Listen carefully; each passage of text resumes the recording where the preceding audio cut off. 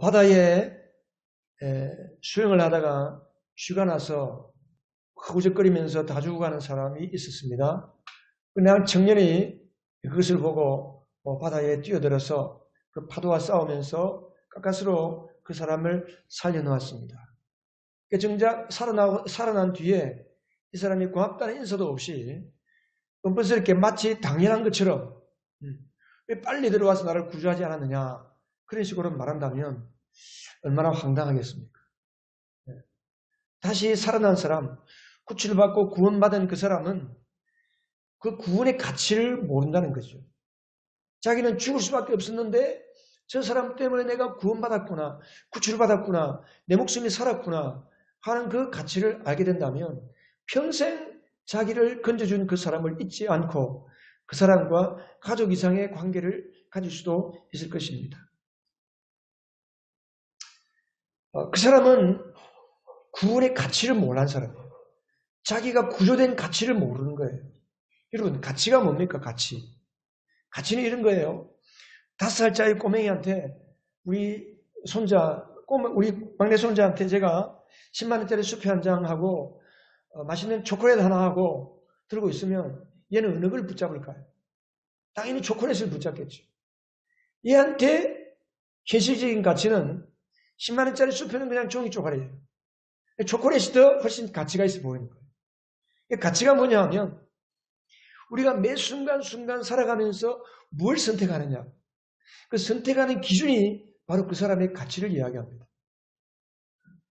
내가 아무리 믿음이 전부다, 예수님이 나의 최고의 가치다 라고 말은 하지만 막상 우리가 살면서 순간순간 어떤 중요한 결정을 할 때에 예수님에 의한 결정을 하느냐 아니면 현실적인 돈과 건강과 자기가 추구하던 그 현실적인 어떤 기준을 가지고 선택을 한다면 그 사람의 가치는 다른 것이 된다는 거죠. 우리 예수 믿는 사람들이 대부분 많은 경우에 성경적인 가치를 따르지 않고 세상의 가치를 따라 살기 때문에 순간순간 선택하는 기준이 하나님의 뜻이 아니고 하나님의 마음이 아니고 내 마음, 내 생각, 세상적인 기준 이런 것들을 따라 선택하기 때문에 우리의 이 세상에서 하나님이 주시는 그 천국의 풍성한 기쁨, 진정한 만족, 하나님이 우리에게 주시는 참된 행복을 놓치면서 그것을 알지도 못하고 누리지도 못하는 삶을 사는 것이 아닌가 하는 것입니다. 이제 왕이 요단강을 건너려고 하는데 또 한 사람이 찾아왔습니다. 그 사람은 바로 머비보셋입니다. 머비보셋도 이제 왕을 맞으러 나왔습니다. 머비보셋이 누굽니까? 사울 왕의 손자잖아요. 그리고 자기 아버지는 요나단입니다. 요나단은 다윗과 함께 생명의 관계로 언약을 맺은 사람이에요. 머비보셋이 자기 할아버지 사울 왕이 죽었다는 소식을 듣고 이제 우리 할아버지, 우리 가문은 멸망했구나, 패족이 되었구나. 옛날에는 왕이 이렇게 이제 멸망하면 왕조가 바뀌면 예를 들어서 왕조 고려 시대에서 이시조선으로 이제 성이 바뀌는 혁명이 일어난다는 거죠. 쿠데타가 일어나면 쉽게 말하면 이전에 정권 잡은 실세들은 다 도망가잖아요. 숨어버리든지 아니면 숙청시키든지. 그러니까 이 머비보셋도 이제 자기 할아버지 왕이 죽었기 때문에 도망을 가야 돼요. 그래서 5살밖에 안 된 이 머비보셋을 자기 유모가 업고 도망가다가 떨어뜨려서 두 다리가 절게 됐어요. 그런데 다윗이 요나단과 맺은 언약을 기억하고 머비보셋을 찾아내어서 왕실에서 자기와 함께 식탁에서 먹는 왕자의 대우를 해주게 되었습니다. 구원의 은혜를 베풀어 준 거죠. 죽어가는 사람을 살려주고 왕자처럼 대하는 그런 은혜. 영적으로 말하면 구원의 은혜를 베풀어 준 거예요. 그런데 압살롬의 난을 피해서 다윗이 이제 피난을 가는데 머비보셋도 같이 피난 가려고 자기 종 시바한테 나귀에 안장을 얹으라고. 그랬더니 자기 종 시바가 자기 주인 무비보셋을 속이고 혼자 음식을 잔뜩 장만해가지고는 다윗이 피난 가는 길에 갔어요. 그래서 음식을 대접하면서 이거 피난길에 드세요. 그러니까 다윗이 무비보셋이 왜 오지 않았느냐? 그랬더니 왕이시여 죄송하지만 무비보셋이 왕이 피난 가는 줄 알고 이제 드디어 내가 사울 왕조를 다시 회복할 수 있는 기회가 왔구나. 그러면서 왕을 배신했습니다. 그리고 거짓말로 모함을 한 거예요. 그러니까 얼마나 그 이야기를 듣던 다윗이 배신감을 느꼈겠어요. 그러니까 다윗이 그 무비보셋의 종 시바한테 그래 그러면 무비보셋의 모든 재산을 다 네가 차지해라 그런 거예요. 상황이 그렇게 된 것을 무비보셋이 이제 알게 되죠 나중에. 그렇지만 이 사람은 두 다리를 저는 장애인이고 힘이 없기 때문에 어쩔 수가 없는 거예요. 그런데 왕이 다시 황궁한다는 소식을 듣고 또 시바가 먼저 다윗을 맞으려고 갔잖아요. 그 무비보셋도 뒤를 따라서 이어서 이제 왕을 맞으려 요단강까지 가게 됩니다. 왕이 묻는 거예요. 시바가 무비보셋을 왕이 보자마자 너는 왜 나와 함께 가지 않았느냐? 그러니까 이미 다윗 마음속에 이상한 게 있은 거예요. 왜 가지 않았을까? 시바가 그 무비보셋을 모함했지만 또 자기는 배신감 때문에 자기 재산, 그 무비보셋의 재산을 다 시바에게 줘버렸지만 왠지 마음 한켠에는 과연 무비보셋이 그랬을까? 의심이 있는 거예요. 그러니까 만나서 제일 먼저 묻는 말이 그거죠. 왜 너는 나와 함께 가지 않았느냐? 그러니까 무비보셋이 자초지종을 다 이야기를 했습니다. 다윗이 순간적으로 당황이 되었습니다. 누구의 말이 맞는 거냐? 시바의 말이 맞냐? 무비보셋의 말이 맞나? 근데 무비보셋을 보니까 몰골이 말이 아니에요. 꾀죄죄하고 옷도 남루하고. 그래서 무비보셋이 뭐라고 그랬어요? 임금님, 저는 임금님이 떠나간 그날부터 24절에 보면 다시 안전하게 돌아오는 그날까지 오늘까지 발도 씻지도 않고 수염도 깎지도 않고 옷도 빨아입지 않았습니다. 그 말을 듣고 보니까 다윗이 알아차린 거예요. 아, 시바가 거짓말했구나. 그러면서 무비보셋이 그랬잖아요. 시바가 저를 버려두고 혼자 임금님께 가서 저를 모함하기까지 했습니다. 그렇다고 다윗이 시바한테 주었던 재산을 뺏어다가 다시 무비보셋에 줄 수가 없습니다. 왜? 이미 이제 황궁하는 상황 가운데 왕권이 복권이 되면서 흐트러진 모든 백성, 국민의 정서를 화합하는 차원에서 심의도 용서해 주었고 화합의 정치, 숨에서 통합의 정치를 해야 된다고 하는 판에 다시 뺏어다 주면 분열시키는 거잖아요. 그래서 당황하고 있으니까 이것을 눈치챈 무비보셋이 그런 이야기를 하는 거잖아요. 임금님이 안전하게 돌아오시게 되었으니 내 재산을 그가 다 차지한들 무슨 상관이 있습니까? 저는 관계없습니다. 임금님 좋으실 대로 하십시오. 무비보셋이 이제 그렇게 이야기를 하는 거예요. 무비보셋은 정말 자기가 죽을 수밖에 없었던 비참한 인생이었는데 다윗으로 인해서 왕자의 신분으로 회복이 되고 그리고 왕의 식탁에서 먹을 수 있는 그 은혜를 받은 것을 그 은혜의 가치 영적으로 말하면 구원받은 그 구원의 은혜가 무엇인지 은혜의 가치를 아는 사람이었습니다.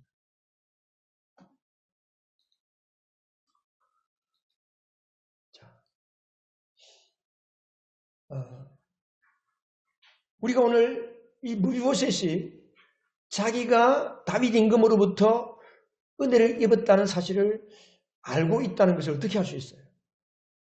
오늘 무비보셋의 행동을 보면 알 수 있잖아요.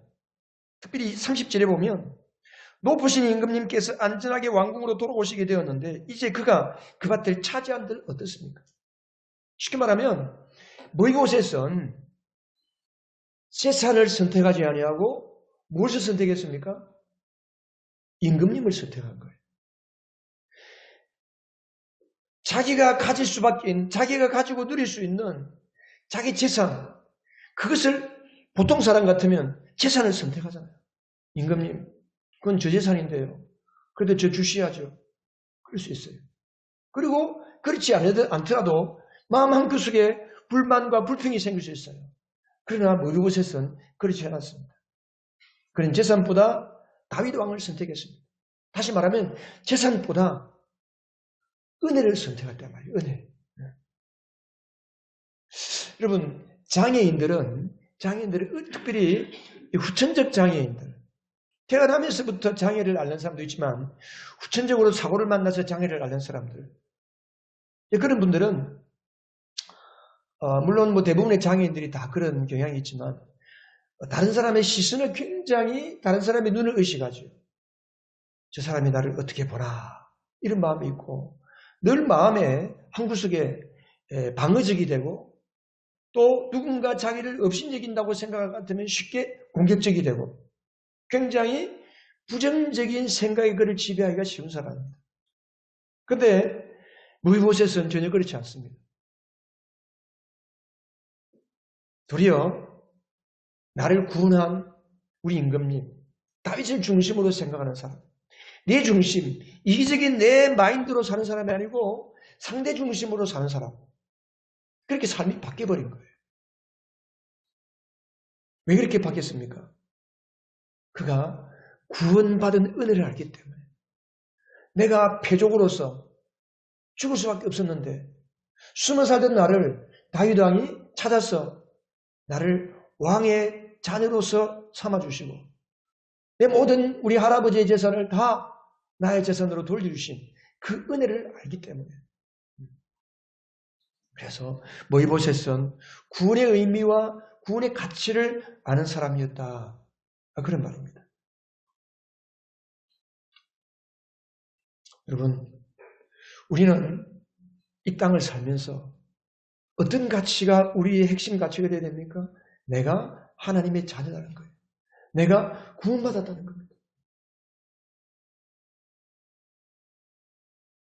죽음 마땅한 무이보셋 같은 자를 살려준 다윗처럼 지옥의 아랫목에 들어가야 할 나를 불쌍히 여겨주시고 나의 죄를 위하여 자기 목숨을 내어주시고 대신 나에게 생명을 주신 예수님, 그 하나님의 아들을 내어주신 하나님 아버지의 그 사랑을 우리가 안다면 우리는 항상 살아가는 삶의 중심이 내가 아니고 내 중심대로 사는 것이 아니고 예수님 중심 따라 하나님의 중심을 따라서 한편 더 나아가서는 내 안에 계신 주님이 다른 사람을 대하듯이 나도 다른 사람을 사랑하고 다른 사람을 중심으로 살아가는 나의 이기적인 삶을 내어놓고 내 앞에 있는 또 다른 사람들의 영혼을 먼저 생각하는 그런 삶을 사는 것이 이게 구원받은 자의 삶이라는 것입니다.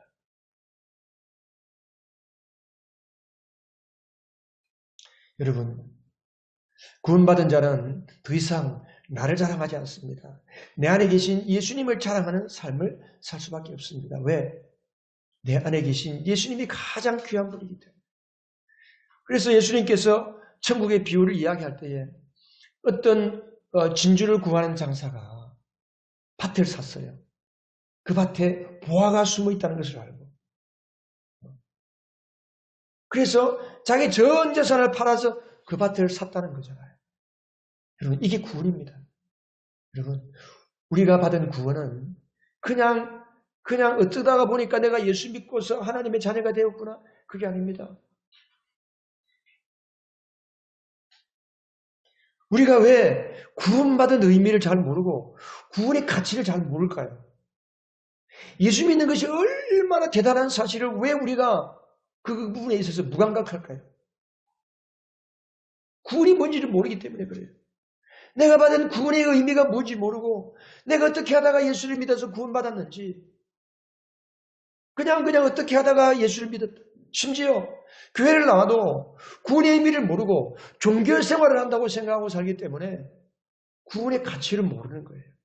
구원의 가치를 모르니까 예수 믿는 그 감격도 없고 하나님이 나의 아버지라는 그 감격이 우리 안에 소멸되는 거예요. 그래서 우리가 구원의 가치를 알면 알수록 내가 누군지를 알게 되고 하나님의 가치를 알면 알수록 나의 가치가 얼마나 대단한지를 알게 되는 겁니다. 그래서 성경에 뭐라고 그러냐면 요한복음 17장 3절 영생은 오직 한 분이신 참 하나님을 알고 또 아버지께서 보내신 예수 그리스도를 아는 것입니다. 구원은 하나님을 아는 거예요. 하나님을 알면 알수록 내가 받은 구원이 얼마나 대단한 것인지를 알게 된다는 거예요. 내가 말씀에 순종하고 말씀에 순종함으로써 하나님을 경험적으로 알게 되면 그만큼 구원의 가치를 알게 되는 것이고 그만큼 나의 존재 가치를 알게 되는 것입니다. 여러분, 예수를 믿으면 예수를 믿는 사람들은 자기 존재 가치가 얼마나 대단한지를 알아가는 거예요. 그러니까 늘 열등의식에 빠져있고 늘 불만 가운데 살아가는 사람이 예수를 믿고 구원을 경험하기 시작하면 와, 나의 존재 가치는 엄청나구나. 그러니까 우리 예수 믿는 사람들은 어떤 의미에서는 왕자병, 공주병에 걸린 사람들이에요.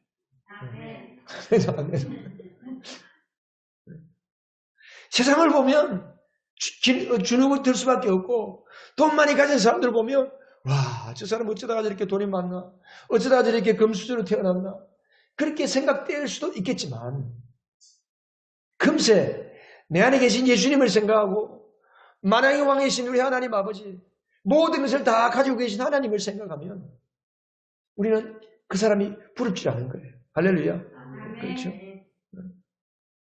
이게 구원의 가치예요. 구원의 가치.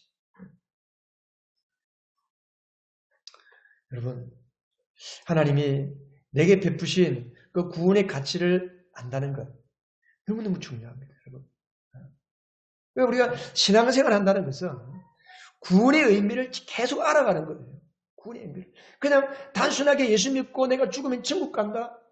그거는 구원의 의미에서 그냥 해운대 바닷가에 수많은 모래 중에 모래 알갱이 하나 정도밖에 불과합니다. 내가 죽어서 천국 가는 거 그건 기본이에요. 기본.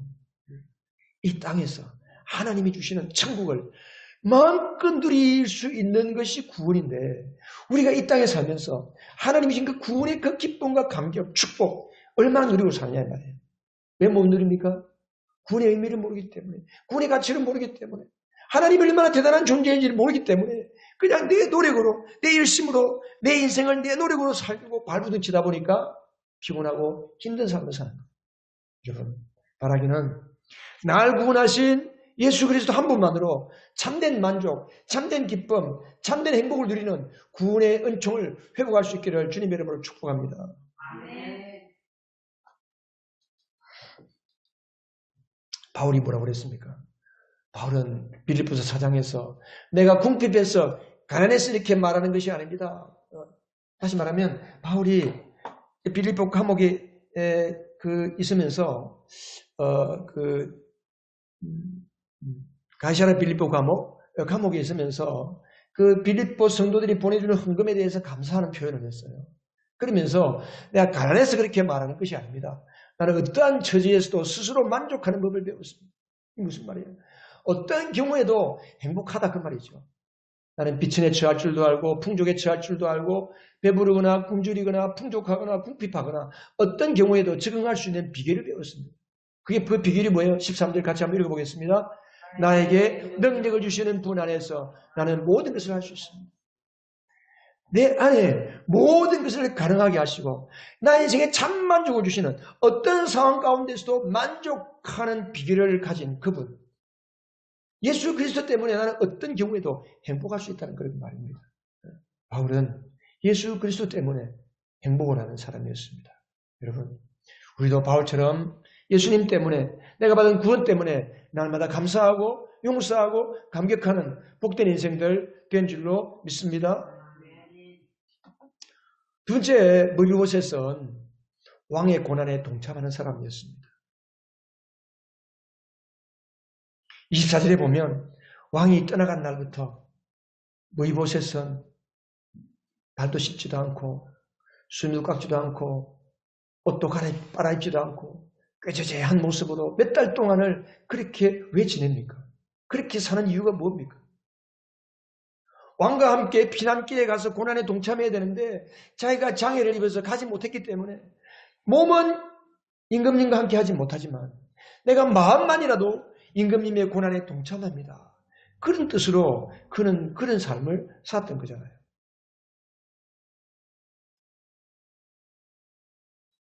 자기를 구원한 그 다윗 왕, 나를 왕자로 다시 회복시켜준 그 다윗의 은혜를 알았기 때문에 기꺼이 자원해서 기쁘고 즐겁고 고마운 마음으로 좋아서 고난에 동참하는 것.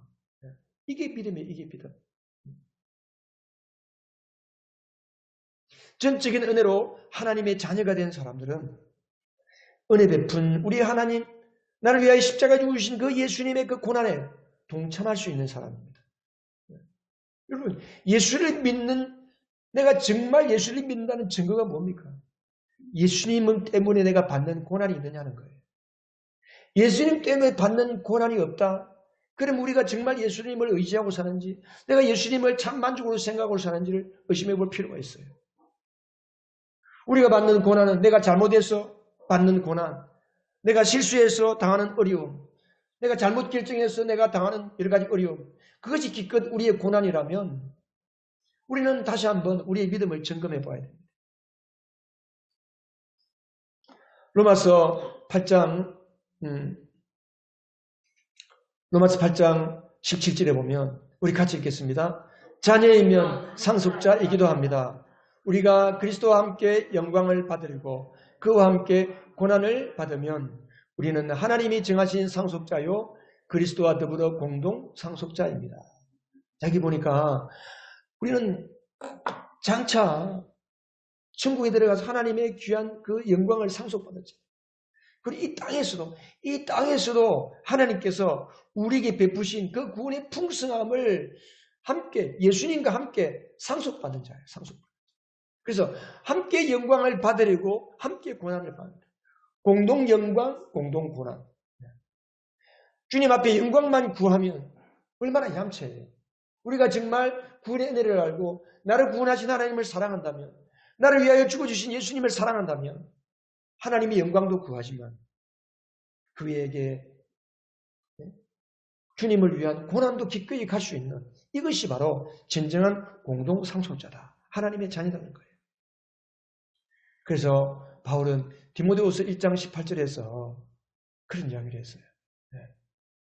복음을 위하여 고난을 함께 겪어라. 자, 우리 잠깐 영상을 한번 보십시다. Grace, mercy, and peace from God the Father and Christ Jesus our Lord. 사도 바울입니다. 사도 바울이 마지막 처형당하는 장면입니다. Remember Jesus Christ, raised from the dead, descended from David. Do not be ashamed of the testimony about our Lord. 디모데후서는 바울이 죽기 직전에 쓴 유언과도 같은 편지, 그 디모데후서에 있는 내용들입니다. He has saved us and called us to a holy life, not because of anything we have done, but because of His own purpose and grace. This is my gospel, for which I am suffering even to the point of being chained like a criminal. But God's word is not chained.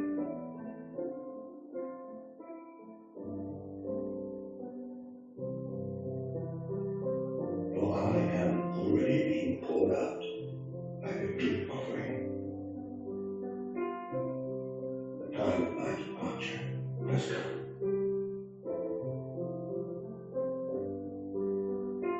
I have fought the good fight.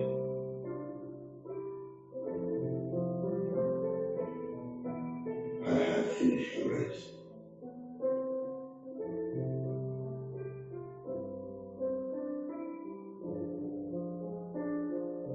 I have kept the faith.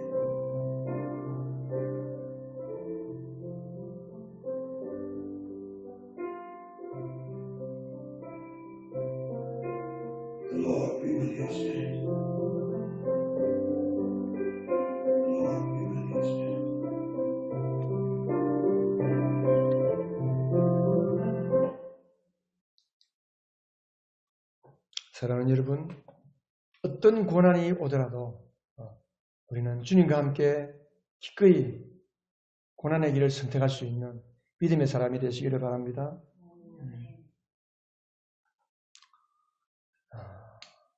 여러분, 우리가 주님을 위해서 고난을 당한다. 주님의 고난에 동참한다.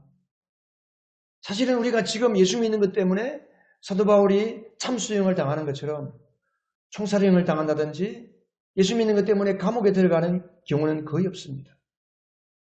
그렇다면 우리는 주님을 위한 고난이 어떤 고난일까요? 우리의 왕이신 주님께서 지금 가장 고통스러워하는 것은 무엇일까요? 우리가 동참해야 될 주님의 고통은 무엇일까요? 여러분 뭐라고 생각하세요?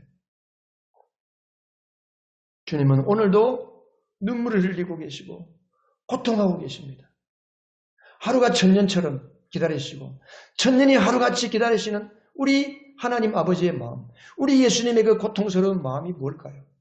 바로 그것은 내 가족을 구원하고 내 주변에 있는 하나님을 알지 못하는 영혼들, 하나님이 나에게 맡겨주신 사랑하는 나의 사람들, 내 이웃, 동료, 가족, 아직도 주님을 알지 못하는 그 영혼들을 위해서 우리가 내 안에 계신 예수 그리스도를 보여주는 것, 그를 위해서 기꺼이 기도하는 것.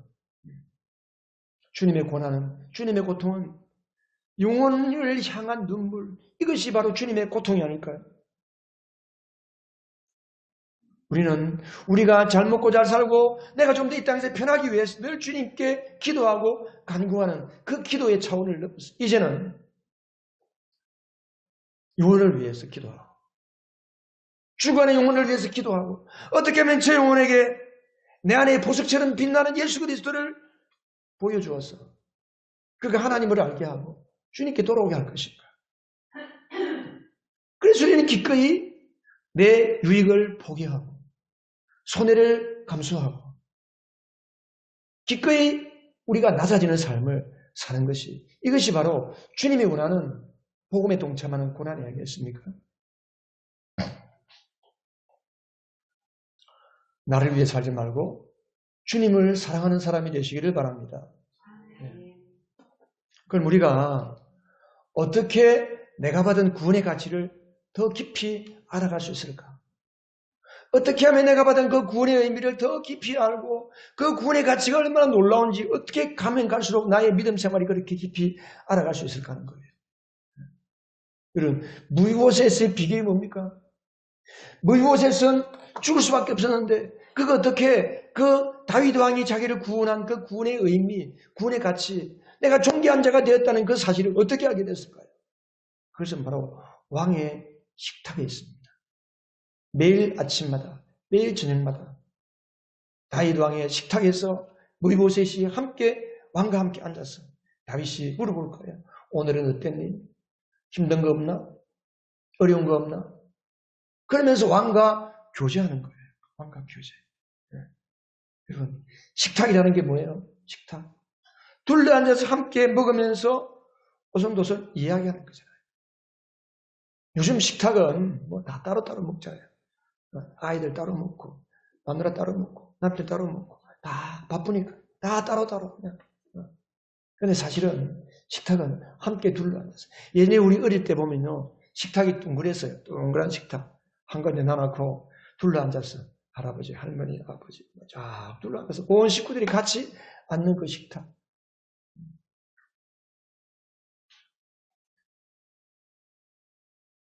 주님께서 우리에게 식탁에 앉을 것을 명령하게 했어요. 여러분 그게 뭔지 아세요?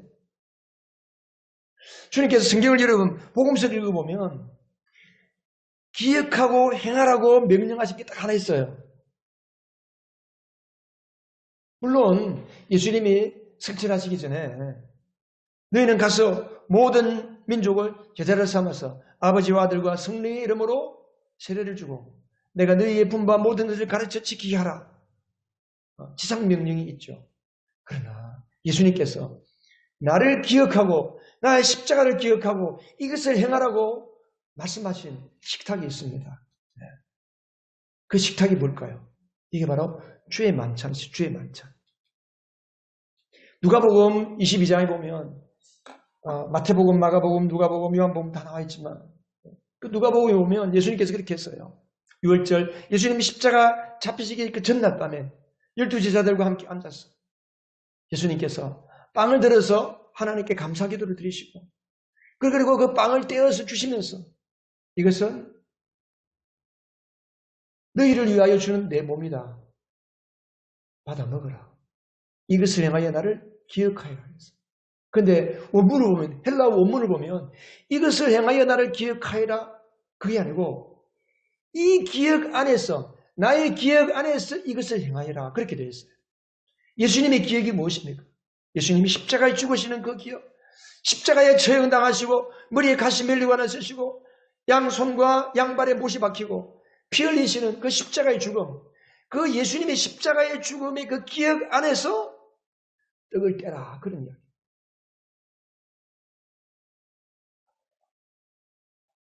그리고 잔도 그렇게 하시면서 이것은 내 피로 세우는 새 언약이다. 그래서 초대교회는 사도행전에 보면 그들은 왜 모이느냐? 빵을 떼기 위해서 모였어. 떡을 떼기 위해서 모였어. 주의 성찬을 하기. 우리가 성찬이라고 말하는데 사실은 성경에 성찬식이라는 말이 없어요. 주의 만찬. 주의 만찬이에요. 빵을 떼는 거예요. 그래서 사도행전 2장에 교회가 세워지고 나서 그들이 제일 먼저 뭐 했어요? 42절에 보면 그들은 사도들의 가르침에 몰두하면서 서로 사귀는 일과 무슨 일에?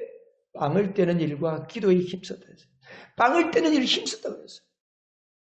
우리 주님이 십자가에 죽으신 그것, 주님께서 십자가에 죽으신 전날 밤에 우리에게 빵을 들어서 떼어주시면서 우리에게 이것은 내 몸이다 받아 먹으라. 이 기억 안에서 이것을 행하라고 우리에게 말씀했다. 그러면서 그들은 빵을 떼기 위해서 모였어. 빵을 떼기 위해서. 46절에 보면 집집마다 돌아가면서 빵을 떼며 모였다 그랬어요. 그러니까 여러분 우리가 가정 예배 드릴 때도 사실은 주의 만찬을 해야 정상이에요. 주의 만찬. 그래서 제가 이제 오미크론이 조금 잠잠해지고 나면 우리가 주일 오후에 제가 뭐 한 달이든지 한 6주 정도 한번 시범을 보여볼 거예요. 같이 오후 시간 모인 사람들끼리 주의 만찬 어떻게 하는지. 그리고 우리가 예배 모일 때도 사실은 예배로 예수의 이름으로 모일 때마다 빵을 떼야 돼요. 근데 우리가 시간 관계상 여러 가지 이유로 못 하잖아요.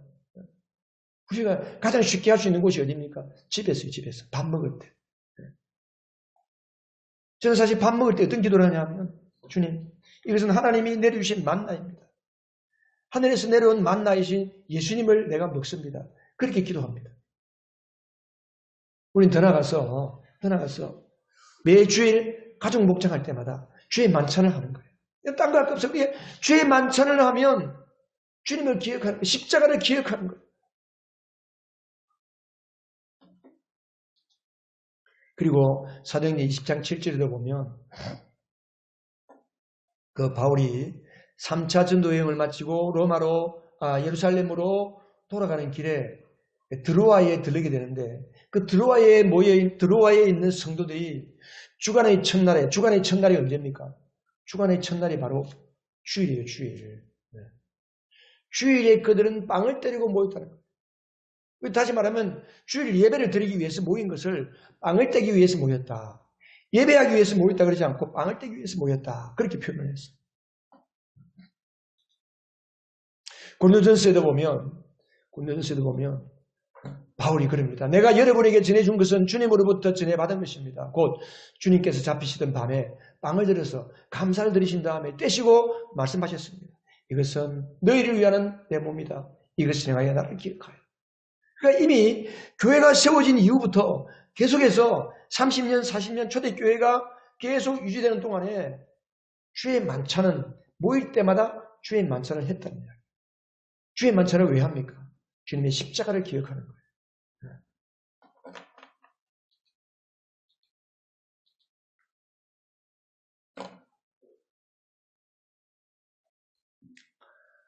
우리는 주의 만찬을 늘 기억해야 돼. 주의 만찬만 하는 것이 아니라 영적으로 말하면 주님의 떡을 뗀다는 것은 말씀의 떡을 떼는 거예요. 말씀. 하나님의 말씀을 먹고 그 말씀을 묵상하고 그래서 우리가 매일 아침마다 눈을 뜨면 혹은 자기 제일 좋은 시간에 하나님의 말씀을 펴고 하나님의 말씀의 떡을 먹는 거예요. 영혼의 양식을 먹는 거예요. 영혼의 양식을 먹으면서 주님과 대화하는 거예요. 그 시간에 말씀을 읽으면서. 여러분, 성경 읽는 것은 우리가 하루에 몇 장씩 읽어야 되기 때문에 읽는 게 아닙니다. 하나님의 말씀을 읽으면서 하나님이 오늘 나에게 뭘 말씀하시는지 그 말씀을 통해서 나에게 어떤 말씀을 하시는지를 듣는 시간입니다. 그리고 주님께 그 말씀을 듣고 내 생각을 아뢰고 주님과 교제하고 주님과 대화하는 시간입니다. 그래서 이 글 같이 한번 읽어보겠습니다. 앞에 화면 보면서 시작. 그리스도인의 삶은 일마다 때마다 매 순간 십자가를 생각하고 그 은혜를 따라 사는 삶이다. 여러분, 우리가 내가 받은 구원을 날마다 생각하고 내가 받은 구원의 의미와 그 구원의 가치를 생각하려면 어떻게 해야 됩니까? 매일매일 매 순간 십자가를 묵상하는 거예요. 예수님을 묵상하는 거예요. 그리고 그 은혜를 따라 사는 삶이 그리스도인의 삶이라는 겁니다.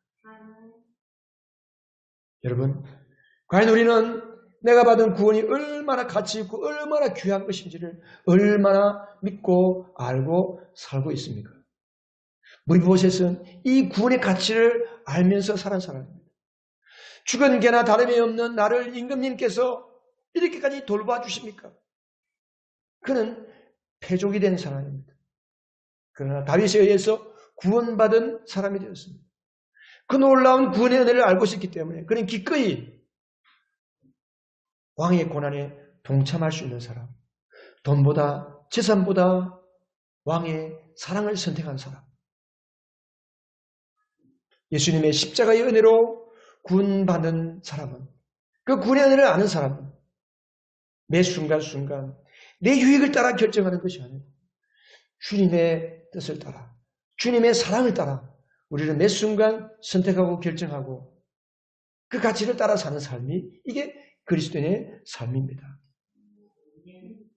아무쪼록 우리는 날마다 내게 주신 그 구원의 은혜와 구원의 가치를 알아감으로써 우리의 삶에, 아니 내 속에 계신 십자가의 그 빛나는 보석, 예수 그리스도의 보석, 그 보석이 밝게 드러나서 주변에게 빛으로 드러나는 복된 인생들 다 되시기를 주님의 이름으로 축복합니다.